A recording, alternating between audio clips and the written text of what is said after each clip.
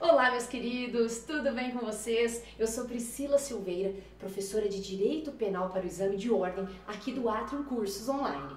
Nós vamos hoje, nessa tarde, nessa 1 hora que nós estaremos juntos, nós vamos falar sobre uma matéria importantíssima para o exame de ordem, que é o conceito analítico de crime. Mas, prof, só essa matéria que nós vamos tratar? Evidentemente que não. Aqui no nosso curso nós temos a extensão de todo o que é cobrado, a matéria cobrada no edital, mas hoje nós vamos então fazer aí uma lembrança para vocês daquela que é bastante incidente, que é o conceito analítico de crime. Apenas para lembrar, nessa tarde ensolarada, que eu tenho certeza que vocês estão aí estudando, que para o exame de ordem, no direito penal, para a primeira fase nós temos aí 6 questões, e o que eu vou tratar hoje também vai servir aí para a sua segunda fase. Por quê, prof? Porque quando a gente fala da teoria do crime, especialmente sobre o conceito do crime, nós temos todas as teses que são necessárias para que vocês então salvem aí aquele que a gente chama de maneira carinhosa aqui para a gente passar no exame de ordem de réuzinho. Então olha só, nós primeiro precisamos fazer aqui algumas impressões. Quais são elas? Quando a gente fala de direito penal para o exame de ordem, não importa se é a primeira ou segunda fase, nós temos então que a banca FGV, ela tende a cobrar do candidato a questão de raciocínio. Isso quer dizer que na sua prova não virá o que é o conceito de crime, não vai falar o que é um fato típico, mas vai perguntar, por exemplo, se a conduta daquele réu ela fez e produziu um resultado, de modo que esse resultado vai estar tipificado no ordenamento como crime, perguntando se é crime ou não. Também pode perguntar se teve ligação, se aquela conduta foi dolosa ou culposa, se ele teve, obviamente, voluntariedade na conduta, se ele errou sobre os elementos constitutivos do tipo. Lembram-se do erro de tipo? Então nós vamos estudar rapidamente aí, relembrando nessa tarde de hoje, esses preceitos conceituais, tá bom? Então, começando, quando a gente fala lá de infração penal, então só fazendo um apanhado, lembrando que nós vamos começar a falar dos artigos 13 e vamos até, se possível, o 28, evidentemente que pincelando aqui para relembrarmos, já que essa live diz respeito da gente relembrar, pegando lá, quando a gente fala de infração penal, o que o Código define para nós? O Código não define para nós o que é infração penal. Quem define para nós é o artigo 1º da Lei de Introdução ao Código Penal, que ele diz para nós lá que infração penal serão os crimes e as contravenções. Evidentemente que nessa nossa aula de hoje nós vamos afastar a questão de conceituar as contravenções penais,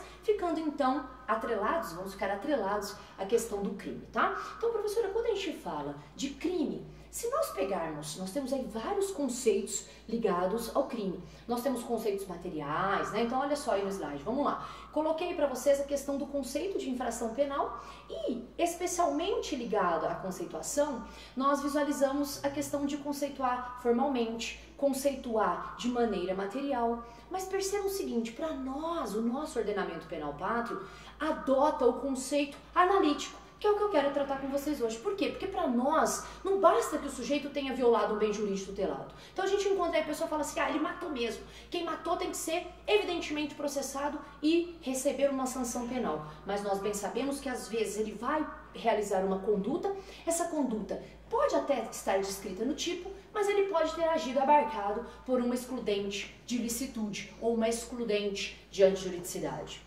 Se eu adoto qualquer outro tipo conceitual de crime, eu não entendo, por exemplo, que esse sujeito possa ter agido com excludente de ilicitude. Então, olha só, o que a gente precisa tomar cuidado? Nós vamos adotar o conceito analítico de crime porque ele é completo para nós, desdobrando então tudo que a gente estuda nos artigos 13 até o 28 do Código Penal. Isso porque, quando a gente fala de excludente de ilicitude, nós vamos entender que o sujeito pratica uma conduta, essa conduta tem ligação para o resultado, mas o Estado vai entender por vezes que essa pessoa poderá então assim agir, excluindo aquele fato típico.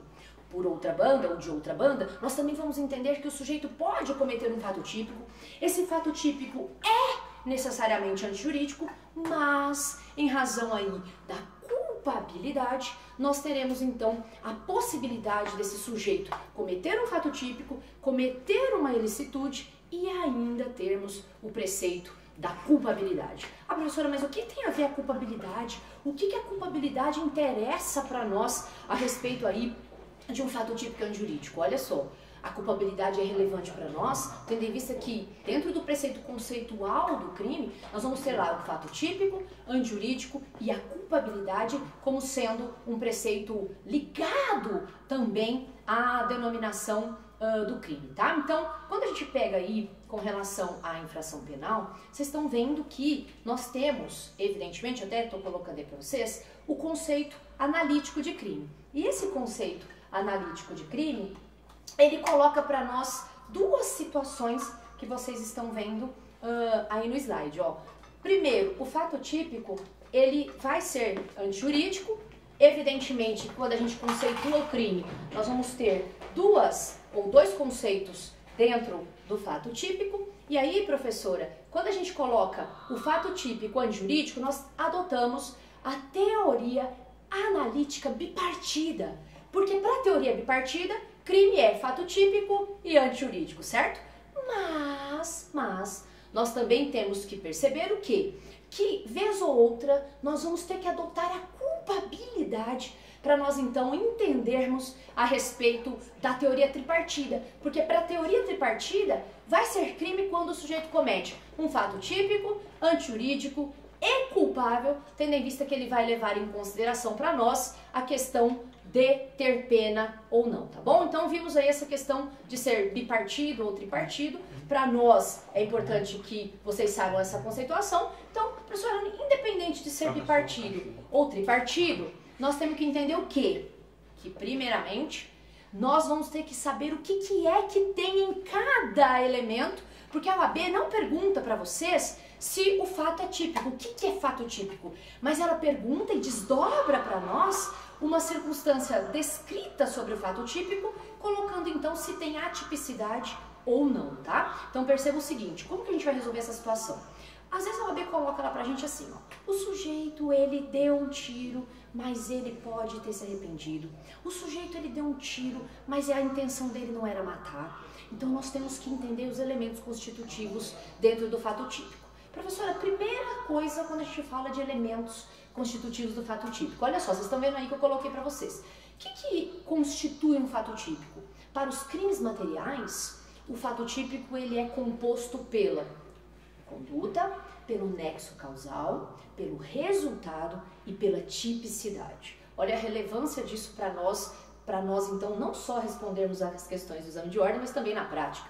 Vez ou outra nós absolvemos os sujeitos levando em consideração a teoria analítica do crime porque falamos que aquela conduta dele não teve nexo para o resultado. Sempre digo isso nas minhas aulas, eu gosto de ponderar preceitos práticos, porque daí é como a OAB cobra de vocês. Ela coloca lá que o A, ele teria atropelado o B, só que o B morreu antes da conduta do A. Então, professora, se o B morreu antes da conduta do A, o A não respondeu ou não deve responder? Exatamente, ele não vai responder porque dentro da teoria analítica do crime, especialmente dos crimes materiais que precisam de resultado naturalístico, essa conduta, não basta que nós tenhamos a conduta, essa conduta do sujeito tem que ter ligação para com o resultado, porque nós não podemos imputar a quem quer que seja aqui no nosso ordenamento penal um crime ou uma conduta, sem que essa conduta tenha em regra produzido algo ou ligação para algo. E nesse sentido nós temos aí a constituição do fato típico, ok? Então vamos falar um pouco, e vocês estão vendo aí, né, evidentemente aí no slide, ó, fato típico, antijurídico e culpabilidade. Nós vamos falar um pouco sobre cada um, especialmente comentando desde já a questão da conduta. Prof, a conduta que é humana, né, tem que ser feita por pessoa humana, porque nós vamos responsabilizar aqui só o ser humano, evidentemente. Essa conduta tem que ter aí ação ou omissão, lembram-se disso? Nós temos aqui a maioria dos crimes são compostos por condutas comissivas, então eu preciso de acionamento dessa conduta, mas você já vai tomar nota aí no seu apontamento, relembrando, que as condutas omissivas também têm relevância. Prof, tem relevância por quê? Porque olha só, todas as vezes que alguém deixar de agir, o deixar de agir também vai ter importância para nós. Tanto é verdade que nós vamos dividir os crimes omissivos em dois. Nós dividimos a conduta omissiva própria e dividimos a conduta omissiva imprópria. Lembra disso? Olha, professora, eu não lembro, então nós vamos recordar. Quando o código descreve para nós lá uma conduta e essa conduta é omissiva, deixar de agir, e esse deixar de agir está tipificado no nosso ordenamento com descrição da conduta e também a sanção penal, nós estamos diante dos crimes omissivos próprios. Já toma nota aí também que os crimes omissivos próprios, eles não admitem tentativa, porque eu não tenho como tentar deixar.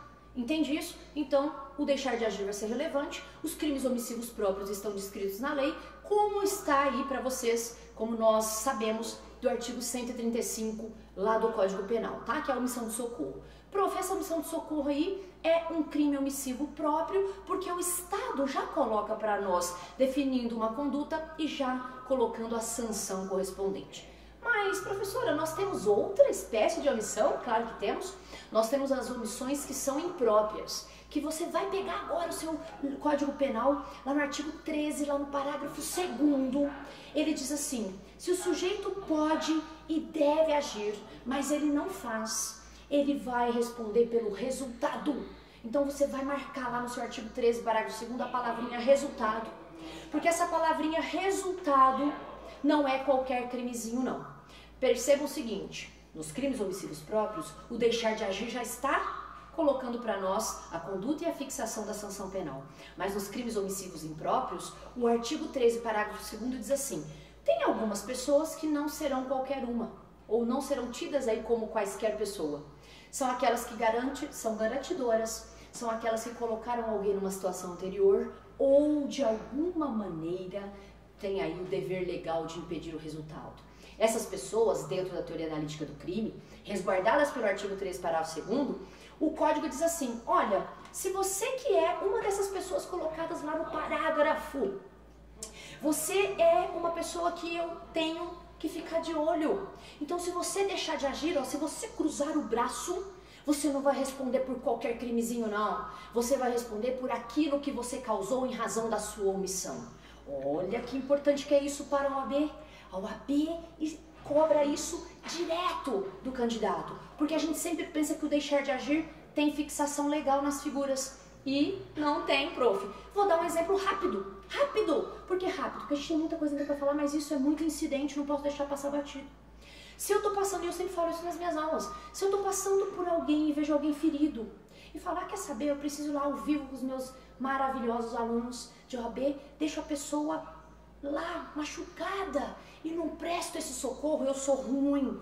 Eu sou tão ruim que o código manda me punir lá no artigo 135. Mas se é um médico que está passando pelo mesmo lugar, professora, e olha aquela pessoa ferida e não presta o auxílio, ele, cruzou o braço, ele não é qualquer um. Ele é uma dessas pessoas colocadas para nós no artigo 13, parágrafo 2º, onde ele, diferentemente da minha pessoa, vai ser responsabilizado a título de dolo ou culpa pelo resultado, tá? Apenas um parênteses, vocês aí que estão nos assistindo, manda recadinho pra gente lá no nosso canal do YouTube, que eu vou, assim que sair, mandar um beijo pra todos, fazer coisa lá no Instagram e vou prestigiar o seu carinho conosco aqui do Curso Atrium, tá? Então faz esse favor que na hora que eu sair daqui, 2 horas, eu vou lá no canal, vou falar um beijo pra você que eu queria ser a Xuxa, e aí eu vou aproveitar essa oportunidade, tá bom? Então coloca lá que eu quero devolver o carinho que vocês têm conosco também, tá bom? Então voltando, prof, tem lá o deixar de agir. Já entendemos que temos os crimes omissivos próprios e impróprios e que o deixar de agir vai ter relevância. Só que o fato típico, a conduta, é uma ação ou uma omissão. Essa ação ou omissão tem que ser voluntária e consciente. Evidentemente que eu tenho que ter voluntariedade e consciência, mas eu também tenho que ter dolo e a culpa. O dolo e a culpa, pela teoria finalista que nós usamos, o dolo e a culpa são elementos evidentemente subjetivos do tipo. Então, prevalece o entendimento de que toda vez que alguém age ou deixa de agir, ele teve um preceito ligado à intenção ou não. Então, a conduta, ação ou omissão, ela tem que ser voluntária e consciente. Aí outro dia o OAB fez uma seguinte pergunta. Ela dizia assim: olha, sujeito que está coagido fisicamente, ele vai lá, põe a mão, põe o dedo da pessoa e para liberar a senha, ele força em cima do dedo para ela pôr o dedo. Prof, a OAB perguntava nesse caso se teve conduta. Teve conduta, teve uma ação. Mas essa ação foi pela vontade dele? Cuidado que voluntariedade não tem a ver com intenção, já registra isso aí. Ah, professora, mas espera lá, teve ação, ele estava coagido fisicamente. E a OAB perguntava o que acontece quando um sujeito está coagido fisicamente. E você já vai anotar aí que a coação física irresistível, ela aborta, ela afasta a conduta. Se afasta a conduta, o fato é atípico. E era esse o questionamento na OAB, tá? Em contrapartida, também perguntava a respeito da voluntariedade. Então, por exemplo, se eu peço para alguém olha, dá um remédio para essa pessoa, ela precisa tomar um remédio para dor de cabeça. A pessoa pega o comprimido, leva o remédio, mas na verdade é uma coisa para matar. Vejam que eu tenho ação, ela foi livre e desembaraçada, mas ela não tinha consciência, porque quando o sujeito não tem consciência, nós também vamos abortar a conduta dela, tá? Professora, vimos lá a questão da ação da omissão, da voluntariedade, da consciência. Vamos falar um pouco, relembrar a relevância do dolo e da culpa. Lembrando que aqui estou tentando fazer com que nós relembramos aí a questão mais importante e incidente no exame de ordem, tá? Uma delas é a questão do dolo e da culpa. Nós bem sabemos que toda vez que nós temos dolo e culpa, nós temos aí um artigo importantíssimo colocado para nós, lá no artigo 18, então ele fala lá assim no artigo 18, e toda vez que eu estou me referindo aos artigos, eu sempre sugiro aos meus alunos, aos nossos queridos estudantes, que peguem os artigos e façam o grife. Por quê? Porque é assim que a gente estuda penal. A gente estuda, evidentemente, falando a parte teórica, mas sem a letra da lei, nós não temos como, então, fixar o conteúdo. Então, eu estou aqui dizendo, a respeito ainda dentro da conduta, que nessa conduta nós teremos uma conduta dolosa ou culposa. Então, o nosso raciocínio deve ser assim para resolver as questões do exame de ordem. Que ele agiu, foi livre e desembaraçado, sabia, tinha consciência, agiu com dolo ou culpa, poxa, então nós preenchemos a conduta. E o que é mais importante, que aqui eu preciso fazer um registro. Para aqueles que não me conhecem, eu gosto de falar muito mesmo, se acostumem com isso, porque quanto mais eu falo, mais você vai marcar aí, tenho certeza que você vai gabaritar, tá? Mas olha só, antes mesmo de adentrarmos para a relação do nexo e falarmos sobre o dolo e da culpa, prof, por que você está falando disso? Por que você está falando do conceito analítico de crime? Porque a OAB, o exame de ordem, a banca FGV, ela gosta de pegar esse conceito analítico de crime e mesclar isso com a parte especial. Então ela pega lá que o sujeito deu uma facada, mas ele morreu de algo antes. Então, necessariamente, fazendo aí um estudo estatístico do exame de ordem, seja a primeira ou segunda fase, ele cobra e ele necessariamente tem que cobrar isso, porque senão a gente não consegue resolver as questões no exame de ordem, tá? Então vocês entendam aí a relevância desse tema, tá? Então voltando para falar um pouquinho a respeito do dolo da culpa. Prof, nós sabemos que a lei diz para nós a respeito do dolo direto e do dolo indireto, levando em conta que no dolo direto o sujeito quer tudo, ele visualiza o resultado, ele pretende que o resultado aconteça, ele não só quer, como espera, como sinceramente quer tudo na conduta. Daí porque fica muito fácil de nós visualizarmos esse preceito aí ligado à questão da conduta, tá? Especialmente com relação ao dolo direto. Prof, se é o dolo direto, ele quer o resultado e a gente visualiza esse preceito do que ele quer, do que ele pretende. A dificuldade, às vezes, surge quando nós vamos falar a respeito do dolo eventual, que é o dolo indireto colocado para nós na segunda parte lá do seu artigo 18. Isso quer dizer que, na primeira parte do artigo 18, inciso 1º, o sujeito quer o resultado. Mas na segunda parte, o código diz assim, olha, sabe, ele não queria muito não, mas ele não parou a conduta dele. Ah, ele não parou a conduta? Não, ele viu que podia acontecer, estou falando do dolo eventual, ok? Ele viu que podia acontecer, não queria, não para a sua conduta, porque ele acha que não está nem preocupado, ele acha não, né? Ele não está nem preocupado, ele não se importa com o que vai acontecer. Não se importando com o que vai acontecer, ele assume a responsabilização. Isso quer dizer que, né, prof, o que você está falando? Né? Nossa, essa tarde ensolarada, me compliquei. Eu quero que você entenda que uma hora ele vai querer tudo e a outra hora, muito embora não querendo tudo, ele não para a conduta não. Ele quem, prof? O meliante, o malandraço, né? O réuzinho para alguns. Professor, ele não para a conduta porque ele não está preocupado com o resultado. Um exemplo, ele quer atirar numa pessoa certa. E aí ele mira nessa pessoa, alguém fala assim pra ele, ô malandraça, né, o fulano, você não pode atirar, você não tá vendo um monte de pessoa do lado do cara. E ele vira pra pessoa e fala assim, eles que saem de lá, tô nem aí, se eu pegar, eu peguei. Então percebam que nós temos aqui a questão de ele ver que pode acontecer, não quer inicialmente o resultado, mas não se preocupa com a ocorrência dele, tanto é que ele não para. Em contrapartida, nós temos lá o que a gente chama de culpa consciente, tá? Evidentemente que o artigo 18, inciso 2º, fala para nós lá que quando nós tivermos a culpa, ela vai acontecer por imperícia, imprudência e negligência. Lembram-se disso? Artigo 18, inciso 2º. O que nós precisamos lembrar para poder matar as questões do exame de ordem? Quando a gente fala de culpa consciente, aliás, vamos começar pela inconsciente. Na inconsciente, ela é mais ou menos o oposto do dolo direto, tendo em vista que na culpa consciente nós temos a questão do sujeito. Então, presta atenção, inconsciente. Ele não quis nada e aconteceu. Quando a gente fala de culpa evidentemente consciente, nós vamos ter que tomar um cuidadozinho. Prof, por que nós vamos ter que tomar um cuidadozinho com relação à culpa consciente? Porque ela se assemelha, ela é tênue com relação ao dolo eventual. E nesse sentido, até na prática mesmo, é muito difícil para nós advogados, né? Eu milito aí, vocês sabem, há 15 anos na área criminal, né? Então a gente visualiza no nosso dia a dia um preceito muito tênue de divisão entre aquilo que o Estado coloca para nós como sendo um dolo eventual e aquilo que o Estado coloca como culpa consciente. Que eu quero que vocês saibam que a culpa não é somente o sujeito ter aí uma inobservância do dever de cuidado.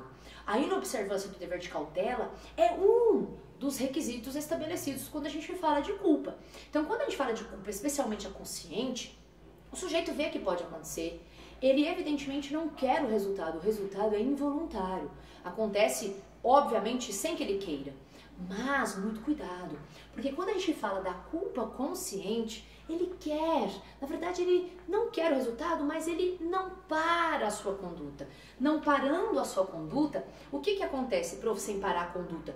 Acontece o resultado, que não foi por ele querido, mas por ele ter continuado. Professora, mas peraí, tá muito igual o dolo eventual. Igual, mas olha a diferença, ó, na culpa consciente, ele continua mesmo não querendo, porque ele espera, ó, sinceramente, que esse resultado não vai acontecer, porque ele é perito, ele vai agir com prudência, e aí o resultado acontece. A OAB, outro dia, fez uma pergunta que dava muita confusão aí para o candidato, que fazia o seguinte, perguntava assim, olha, como que fica um sujeito que está com excesso de velocidade? Muitos de vocês já devem ter respondido a essa questão. Aliás, que mais um parêntese, a nossa live de hoje também é para dar aí para vocês a estatística de como que a gente estuda o direito penal. Não tem como saber o que vai ser cobrado se a gente não responde todas as questões anteriores. E é o que a gente tem que fazer. Então, quando nós estamos respondendo a questões anteriores, eu quero bem que vocês saibam o seguinte, olha o que caiu numa questão. O sujeito estava a 100 km por hora, a namoradinha falou pra ele, não acelera, amor, né? Acelera, chuchu. Crush, professora, né? Eu tô há 22 anos com meu marido, eu não sei mais esses trem de paquera não, entendeu? Mas é o crush. Então, professora, é o crush. Ele falou assim, crush, não acelera não. Você não tá vendo um monte de gente lá, não? Aí o crush falou, você esqueceu que eu sou, ó a resposta onde tava na OAB, ó, a culpa consciente. Você esqueceu que eu sou instrutor, eu sou muito bom, eu estou acelerando, mas na hora que precisar parar, eu paro? E a resposta para essa questão era que o candidato visualizasse a culpa consciente, porque ele, muito embora não tenha querido o resultado e tenha visto que o resultado poderia acontecer, ele não parou a sua conduta, continuou, mas continuou porque esperava que não iria acontecer nada, tá bom? Então, nesse sentido, prof, o que a gente fala dessa questão da culpa? Ah, pode cair na OAB o seguinte, pode cair a questão da culpa ser da vítima.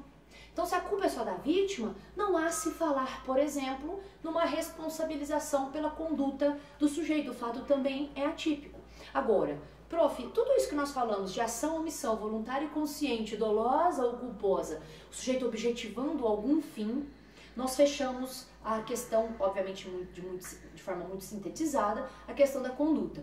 Passamos então a entender que se ele agiu com dolo, agiu com culpa ou deixou de agir evidentemente em alguma situação, a conduta tem que ter nexo para o resultado, porque eu não vou, obviamente, responsabilizar alguém se não tiver nexo com a causa, tá? Então você vai pegar mais uma vez aí o artigo 13. Esse artigo 13, ele vai falar para nós o seguinte, olha, eu só posso falar que vou dar aí para alguém um resultado se ele deu causa. Se ele deu causa, nós vamos imputar a essa pessoa um resultado, tá bom? Então, olha só, dei causa lá, imputei um resultado. Prof, mas como que vai acontecer de nós darmos aí um resultado para alguém? Percebam o seguinte, que quando a gente fala de resultado, não é qualquer um que eu vou imputar, porque alguns crimes, e aí nós vamos precisar saber da classificação doutrinária deles, tá? Por exemplo, alguns crimes, os crimes formais e os crimes de mera conduta, eles não precisam de resultado naturalístico, lembra disso? Eles têm aí resultado jurídico. Então, o que isso quer dizer? Quer dizer que o sujeito pratica a conduta, tem ligação e está tipificado, ou tem aí tipicidade. Então, quando nós falamos que a conduta tem que ter nexo, produzir um resultado, esse resultado for naturalístico, nós estamos digamos aí que estamos falando da questão dos crimes materiais, tá? Porque alguns crimes nós temos aí o resultado antecipado ou cortado. Professora, mas espera lá, o sujeito cometeu uma conduta, como que eu sei que a conduta dele teve ligação para o resultado? Evidentemente que nós vamos ter que falar a respeito da questão, evidentemente, ligada ao preceito produzido na conduta. Então, vou dar um exemplo, tá? Vamos supor que nós tenhamos aí uma conduta. Então, vamos imaginar assim, ó, o cara atirou, ele quer matar, vamos imaginar aqui. Ele quer matar. Matar, eu atirei, pá. Atirando, eu produzo um resultado. Só que eu tenho que ver se realmente foi o tiro, foi a minha conduta que produziu esse resultado. Por quê? Porque se a minha conduta foi aquela que deu cabo ao resultado, eu vou responder por ela. Nós tiramos essa conclusão, evidentemente, que eu não posso imputar a alguém o que quer que seja se eu não dei causa ao resultado. E aí o artigo 13 lá no caput, ele fala, olha, o que é causa? Aquilo que evidentemente causou algum tipo de resultado que mereça responsabilização. Então vamos supor assim, prof, se ele deu a facada e ele morreu de objeto cortante, ou se ele deu tiro e ele morreu em virtude de objeto pérfuro contundente, ou seja, que passa, evidentemente que o tiro produziu o resultado. Mas a OAB não gosta muito de deixar muito claro para vocês a questão da responsabilização evidente. Ela junta isso àquilo que a gente chama de concausas, lembram-se? Então o artigo 13, o caput e o parágrafo 1º vão ter relevância para nós. Por quê, prof? Porque eu vou ter que, às vezes, vou ter uma conduta, mas vou ter uma causa que vai se unir à minha conduta. Então, por exemplo, nós temos lá as concausas que são absolutamente independentes, que eu comecei a aula falando sobre elas. O sujeito tomou um veneno, caiu morto, evidentemente está lá, ainda vivo, caiu morto ainda não, né? Porque a gente fala de crime impossível, mas ele caiu lá, tomou veneno, tá com o olho aberto, ele vai lá, atira, ele ainda estava vivo, mas o que matou foi então a questão dele ter tomado um veneno. Então, o que matou, o que deu causa para o resultado? Percebam que eu tive uma ação. Qual foi a ação? Atirar. Mas a minha ação não importou para esse resultado, porque essa pessoa morreu de uma causa absolutamente independente, antecedente à minha conduta. Então, nesse caso, eu tenho rompimento do nexo. Isso às vezes acontece. Agora, um exemplo clássico aí, que eu sempre dou. O sujeito tomou veneno, caiu na via pública, o cara passou por cima, né? A pessoa tem muito sangue. Penal tem sangue, né? Mas olha que bacana. Penal tem sangue, é coração, é amor, cor da UAB, cor da sua carteira, já estão chegando lá. Fica firme aí, aguenta esse preceito do sangue aí. Você já imaginou se eu chegar aqui e falar, então a gente tem que ter sangue, porque tudo que traz coisa ruim, a gente grava, pode reparar. Infelizmente, nós vamos ter que ter sanguinho aqui, tá? Então, olha só, o cara passou por cima. Passando por cima, ele, evidentemente, aqui, só um registro, tá? Para os que não me conhecem, é apenas uma brincadeira, eu tenho respeito à vida humana. Quer dizer, falar, professora louca no YouTube falando de sangue. É brincadeira, tá, gente? Pelo amor de Deus. É pra vocês passarem na OAB. Então tem que ter uma coisa de sangue nos olhos, na veia, ó, penal. Porque se eu chegar aqui e ficar falando, vocês vão falar, nossa, que coisa mais morna, sem graça, não dá nem pra gabaritar. Então, eu quero deixar registrado que eu tenho total respeito, tá bom? Então aqui são brincadeiras que a gente faz, evidentemente, para tornar o estudo um pouco menos difícil, especialmente para aqueles que ainda não foram picados pelo bichinho do penal, tá bom? Então eu quero deixar aqui registrado que se passa aqui só uma brincadeira para vocês fixarem o conteúdo, tá bom? Então, o sujeito tomou o veneno, tá lá caído na via pública, alguém passa por cima. Mas ele morre porque ingeriu o veneno. Percebam que o que passou em cima vai ter uma conduta. Evidentemente que nós vamos ter que analisar se foi culposa ou dolosa. Mas o que é mais importante do que tudo isso? Que a conduta dele não produziu resultado. Por quê? Porque o resultado foi causado por uma circunstância absolutamente independente, tá? Ainda assim, ainda dentro desse contexto, nós precisamos tomar cuidado, porque a OAB gosta daquelas ligações ou dos nexos que tenham, evidentemente, preceito relativo com o resultado. Porque se ela é relativamente, evidentemente, que depende do preceito da causa, nós vamos punir o sujeito. Então, quando você pega lá o artigo 13, ele fala da causalidade, evidentemente, dos antecedentes dessa causa. Então, o artigo 13, lá no caput, nós falamos da teoria da equivalência dos antecedentes causais. Como assim, né, prof? Ele fala lá assim, ó, se eu atirei no cara, o cara tinha hemofilia, ele era hemofílico, ele só morreu por causa do meu tiro. Então eu tenho uma concausa, ou seja, uma causa que está fora da minha conduta, que unida à minha conduta produz o resultado. Lembra disso? Ah, professor, então nós temos aí o preceito da concausa relativamente dependente. Por quê? Porque só a minha conduta, evidentemente, não sei se mataria. E só essa causa que está ligada, também não sei se ele morreria não, porque ele não morreria de hemofilia. Então, unindo a minha conduta, unida a essa concausa, produziu o resultado. Então, nós vamos responder por esse resultado. Mas a OAB, ela gosta de pedir aquilo que está estampado no artigo 13, parágrafo 1º. Prof, o que é esse artigo 13, parágrafo 1º? Então, você vai pegar lá o artigo 13, parágrafo 1º, que ele fala para nós da teoria da causalidade adequada. Lembra da ambulância? Lembra do hospital capota? Nossa, professora, não consigo entender esse hospital capota. Essa ambulância que capota, esse hospital capota. Esse hospital que desaba, hospital que pega fogo, a questão da ambulância capotar. Então, olha só, presta atenção. Vamos imaginar que eu atirei no B, tá? Então, A atira no B. Atirando no B, ele vai para a ambulância. A ambulância capota. Capotando a ambulância, presta bem atenção. Eu mandei ele até a ambulância, não mandei? Só que da ambulância em diante, eu não posso falar que eu posso então ser responsabilizada. Porque aconteceu aquilo que nós chamamos de algo imprevisível. A questão da ambulância capotar não foi uma conduta que desdobrou do meu tiro. Então, nós adotamos excepcionalmente para essa situação a teoria da causalidade adequada. Eu vou adequar efetivamente aquilo que eu causei. Até onde eu causei um resultado? Até quando eu mandei ele para a ambulância. De modo que, neste caso, eu vou responder, nesse caso de exemplo que eu dei hipotético, pela tentativa de homicídio. Mas, prof, se eu tirar a sua conduta, ele não morreria. Mas ninguém está falando que eu não estou responsabilizando. A minha responsabilização vai ser feita, evidentemente, até aquilo que eu fiz. Agora, veja se tem diferença no que eu vou dizer agora. Vamos imaginar que eu dei o tiro, conduta, ação, quis, e ele morre, ele vai para o hospital e morre de uma infecção no tiro. Ah, professora, nesse caso, a infecção desdobrou da sua conduta. Era previsível que ele pegasse uma bactéria. Eu podia imaginar que isso ia acontecer. Então, nesse caso, nós vamos ser responsabilizados. Então, nesse último caso da bactéria, se trata de uma concausa superveniente, que foi após a minha conduta, mas está ligada à minha conduta. De modo que, nesse caso, eu não tenho rompimento do nexo causal, tá? Agora, olha só, presta atenção.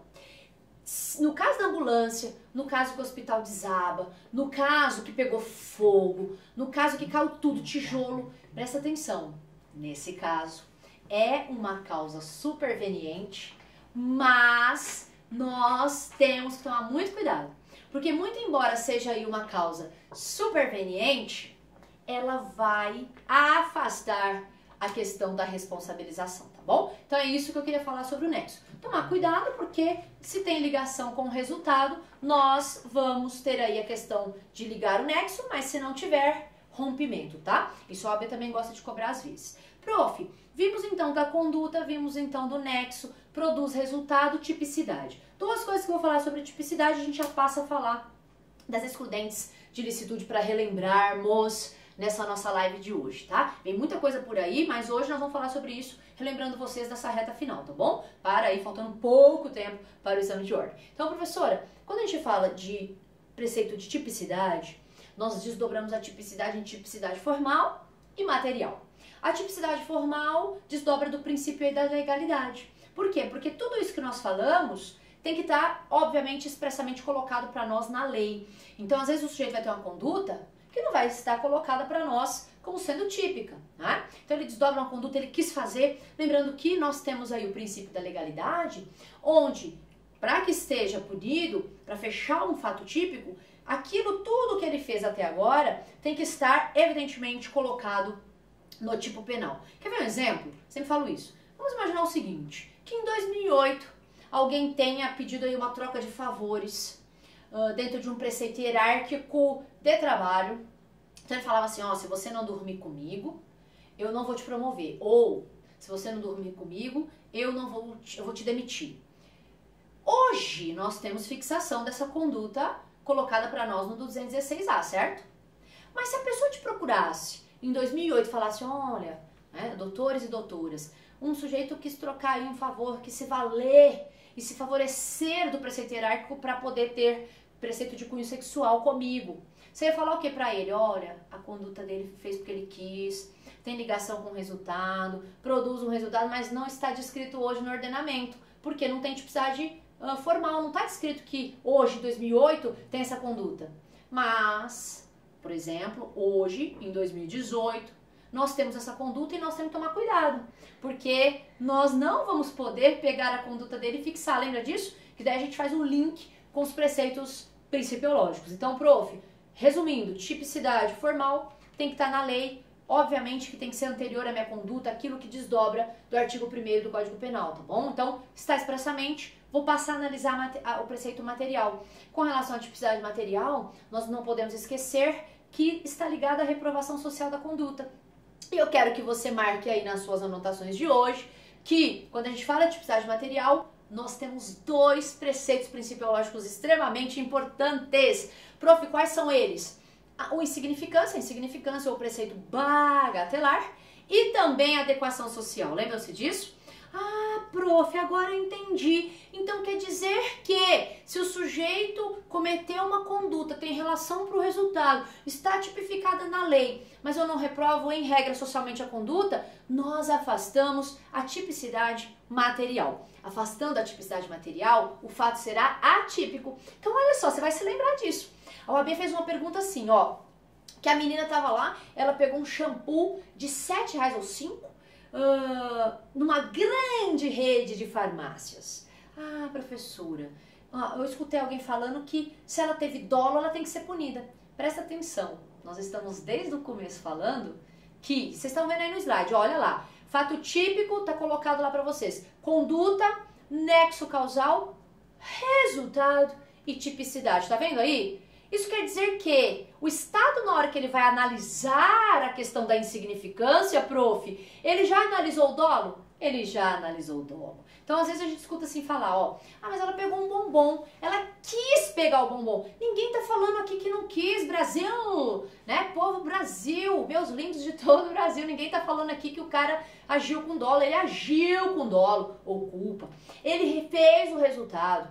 Ele está tipificado que subtrair um bem é crime lá no 155, mas o Estado entende, especialmente no que tange a insignificância, o preceito dos vetores trazidos pelo STF, tá? Então eu tenho lá o preceito da mínima ofensa ao bem jurídico, a periculosidade social da ação, o preceito de reprovar minimamente socialmente essa conduta. Então nós trabalhamos com os vetores do STF que nos dão a diretriz do que é entendido hoje no nosso ordenamento penal pátrio, aquilo que a gente entende como bagatelar, tá? Faço um parênteses aqui para que você também anote já nessa oportunidade, que às vezes um bem jurídico vai ser, evidentemente, o mesmo bem violado, mas para uns vai ser insignificante e para outros vai ter aí o privilégio, tá? Então vai lá no seu artigo 155, no parágrafo 2º, que lá ele fala o seguinte, ó, se a coisa é de pequeno valor e o réu for primário, o Estado pode trocar a reclusão por detenção, aplicar só multa ou diminuir a pena. Então, o que eu sempre falo para os alunos? Vamos supor assim, ó, se eu subtraio um cobertor de um morador em situação de rua, é a mesma coisa que eu subtrair um cobertor de uma grande rede por exemplo, da Martin, sei lá, dando um exemplo, uma grande rede ligada a preceito de lençol, aí, uma grande rede ao Casas Bahia, sei lá, qualquer lugar grande que venda cobertor. Não é a mesma coisa, muito embora o bem jurídico seja o mesmo. Então nós temos que analisar que, para um morador em situação de rua, aquilo não é pequeno. Eu tenho que reprovar socialmente a conduta, mas pode ser considerado para nós, no caso de um crime patrimonial, a circunstância trazida para a gente no artigo 155, parágrafo 2º, tá? Prof, então entendi. Fato típico preenchido, nós vamos analisar a questão da antijuridicidade. Quando nós falamos de antijuridicidade, nós estamos atrelando a questão de ser contrário ao ordenamento penal. Então, todo fato típico será necessariamente antijurídico. Ah, professor, então, toda vez que alguém comete um fato típico, ele é contrário ao ordenamento? É contrário.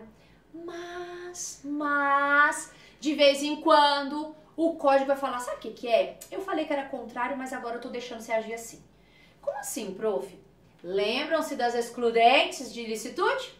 Pois é, as excludentes de ilicitude, nós temos que entender o seguinte, o Estado está falando assim pra gente, ó, olha sujeito, você cometeu um fato típico, mas porque você está abarcado por várias situações, isso que é típico não vai ser crime.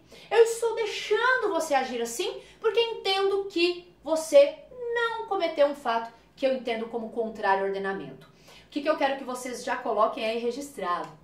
Que toda vez que o Estado deixar excluir, não haverá crime. Então, nós temos aí espalhados pelo Código várias excludentes de ilicitude, tá? Então, várias excludentes de antijuridicidade. As principais, que a gente sempre estuda, eu vou falar um pouco sobre elas aqui agora, são aquelas colocadas para nós no artigo 23 do Código Penal. Lembram-se disso? Então, o artigo 23 do Código Penal traz para nós as principais situações que excluirão o crime. O que nós precisamos tomar cuidado? Toda vez que o Código disser assim, não há crime, não se pune, não há crime, não se pune, nós teremos então aquilo que entendemos como sendo excludentes. Isso quer dizer que nós temos várias excludentes de ilicitude espalhadas pelo nosso Código, tá? Quero que você marque aí, vou dar alguns exemplos que eu sempre gosto de falar. Artigo 128 do Código Penal, artigo 150, parágrafo 3º do Código Penal, artigo 156 lá no parágrafo do Código Penal. Ah, professora, o que você está falando do artigo 128? O que você está falando do artigo 150, parágrafo 3º? O que você está falando do 156? Eu estou dando exemplos de que esses artigos também são excludentes de ilicitude, espalhados pelo Código da parte especial. Por quê? Porque quando a OAB cobra, ela gosta de cobrar especialmente aquelas excludentes que estão colocadas para nós na parte geral, que nós bem já sabemos quais são elas. Quais são elas, prof, que estão espalhadas lá no 23? O artigo 23, ele fala assim pra gente, olha, são situações que excluem o crime, o estado de necessidade, aliás, a legítima defesa, o estado de necessidade, o estrito cumprimento do dever legal e o exercício regular de um direito. Se a gente entende que o sujeito cometeu um fato típico, nós percebemos que toda vez que alguém tiver abarcado por essas excludentes ou por essas outras que eu citei anteriormente, ele não vai cometer crime. Ele comete um fato típico que não será considerado para nós ilícito. Nesse sentido, ele vai ser absolvido também, tá? Mas eu quero que vocês saibam que o fato é típico, mas não terá punição para nós porque ele não comete crime. Falar um pouquinho aí sobre a legítima defesa. Tomar cuidado, para o exame de ordem, o OAB gosta de cobrar bastante essa excludente, tá? Na prática, a gente visualiza bastante, sempre que posso, partilho aí com os meus queridos alunos alguns exemplos que são reais, né, no nosso dia a dia, na militância do direito criminal, então vou fazê-lo também agora, nessa oportunidade. Prof, o que você está querendo dizer? Quando a gente olha lá o artigo 25, então pega lá seu artigo 25. O artigo 25 do Código Penal define para nós os requisitos que ele entende como necessários para o sujeito abarcar a legítima defesa, tá? Então, relembrando, ele fala lá assim, olha, o sujeito tem que repelir uma injusta agressão, essa agressão tem que ser atual e iminente, eu vou repelir essa injusta agressão a um direito meu ou de terceiro e vou usar dos meios que são moderados, dos meios que são necessários. E aí, prof, é o que a OAB gosta. Quero que vocês já saibam que quando nós falamos de legítima defesa, essa questão de repelir uma injusta agressão, que é atuar iminente a um direito meu de terceiro, eu tenho que ter aí aquilo que a gente chama de revide. Ah, como assim revide, prof? Olha o que ela cobrou pra gente num exame. Que uma menina tava brigando com a outra numa baladinha, e aí brigaram por causa de namorado. E aí uma deu um murro na outra, então vamos colocar aqui os nomes. A e B, tá? Que eu não me recordo o nome das meninas. Então A e B, uma deu um murro, pau! Imagina duas meninas brigando, né? Ó, a B, pá!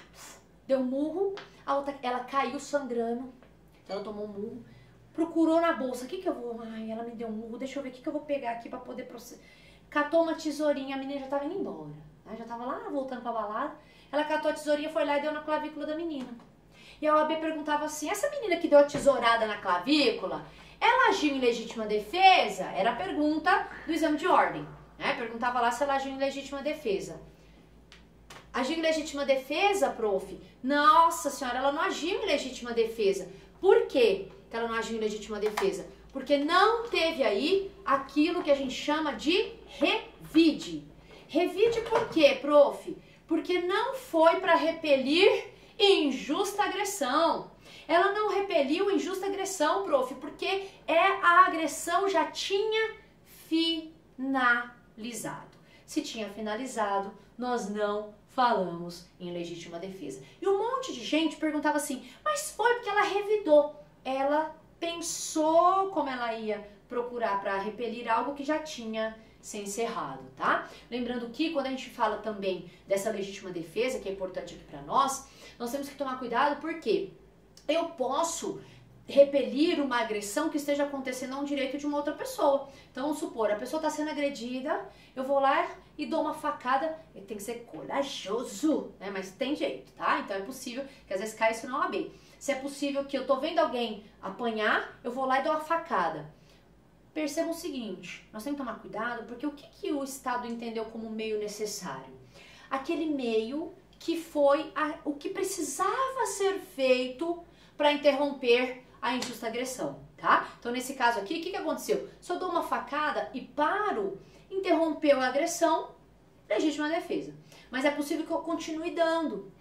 Já interrompida a injusta agressão, eu tenho lá o preceito de continuar. E se eu continuo, eu quero que vocês saibam que não importa qual seja a excludente do artigo 23, o artigo 23 lá no parágrafo único, ele fala o quê? Que se eu excedi na minha questão de excluir a ilicitude, eu vou responder a título de excesso, tá? Então eu respondo pelo excesso produzido, afastando aí a questão de excluir a ilicitude. Nesse sentido, o que tem que tomar muito cuidado?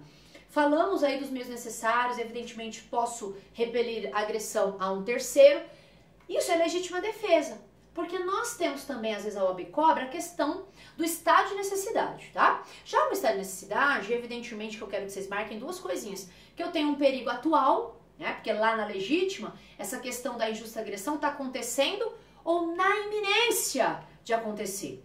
No estado de necessidade, o perigo é atual. Eu vou, obviamente, resguardar um direito que eu não teria como agir de maneira diferente. De modo que eu tenho dois direitos que devem ser resguardados, mas eu vou, evidentemente, resguardar um, tá? Exemplos clássicos da doutrina, o sujeito que está afogando só tem um bote. Agora, o que eu quero que vocês tomem cuidado? Nós temos a questão de furto famélico. O furto famélico, ele entra no estado de necessidade. Mas a OAB, outro dia, em segunda fase, mas não importa, porque a gente faz tudo aqui para poder, porque isso que a gente está tratando na aula de hoje, ela transita em todas as fases do exame de ordem, especialmente isso foi cobrado também na segunda fase, que a mulher subtraiu uma coisa para comer, a coisa era de pequeno valor.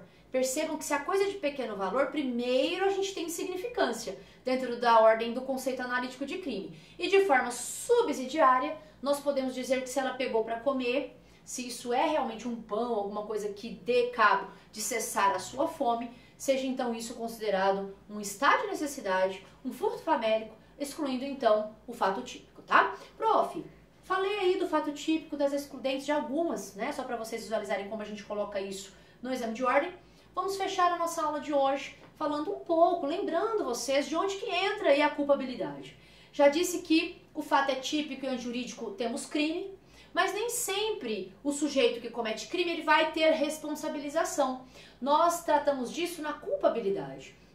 Evidentemente que nós temos várias coisas, ainda teríamos e temos várias coisas para tratar a respeito ainda de quando o sujeito comete crime. Ele pode estar com mais de uma pessoa, ele pode ter conseguido, pode não ter conseguido. Então nós temos lá o iter crimes, que nós não vamos conseguir, evidentemente, relembrar vocês nessa aula de hoje. Mas não podemos deixar de estudar. Então nós temos que olhar lá o artigo 14, 15, 16. Nós temos que, evidentemente, falar a respeito do concurso de pessoas, como que ele fez, se ele fez com mais de um, se vão ser responsabilizados. Então nós vamos fechar a nossa aula de hoje, dando cabo aí de dar, obviamente, preferência para fechar a questão do conceito analítico, tá? Relembrando vocês aí desses pontos que são muito incidentes no exame de ordem. Quando a gente fala, então, de culpabilidade, o que tem que tomar muito cuidado? O Código Penal, ele não traz para nós o que ele fala, o que ele entende que seja a culpabilidade. Ele não fala assim, ó, ele vai receber pena. Ele traz para nós quem não receberá. Então, e presta atenção no que eu vou dizer. Coloquei para vocês nos slides, olha só, falo lá da culpabilidade. Então, nos slides, no slide que eu coloquei para vocês, estão aí contidos os elementos que fazem parte da culpabilidade pela doutrina. Então a doutrina entende que quem vai ter culpabilidade, cuidado que culpabilidade não é culpa. Culpa é a inobservância na conduta. Culpabilidade é a possibilidade do sujeito receber uma sanção porque fez um fato típico e antijurídico, tá bom? Então culpabilidade é para oferir a possibilidade, especialmente, dele receber pena.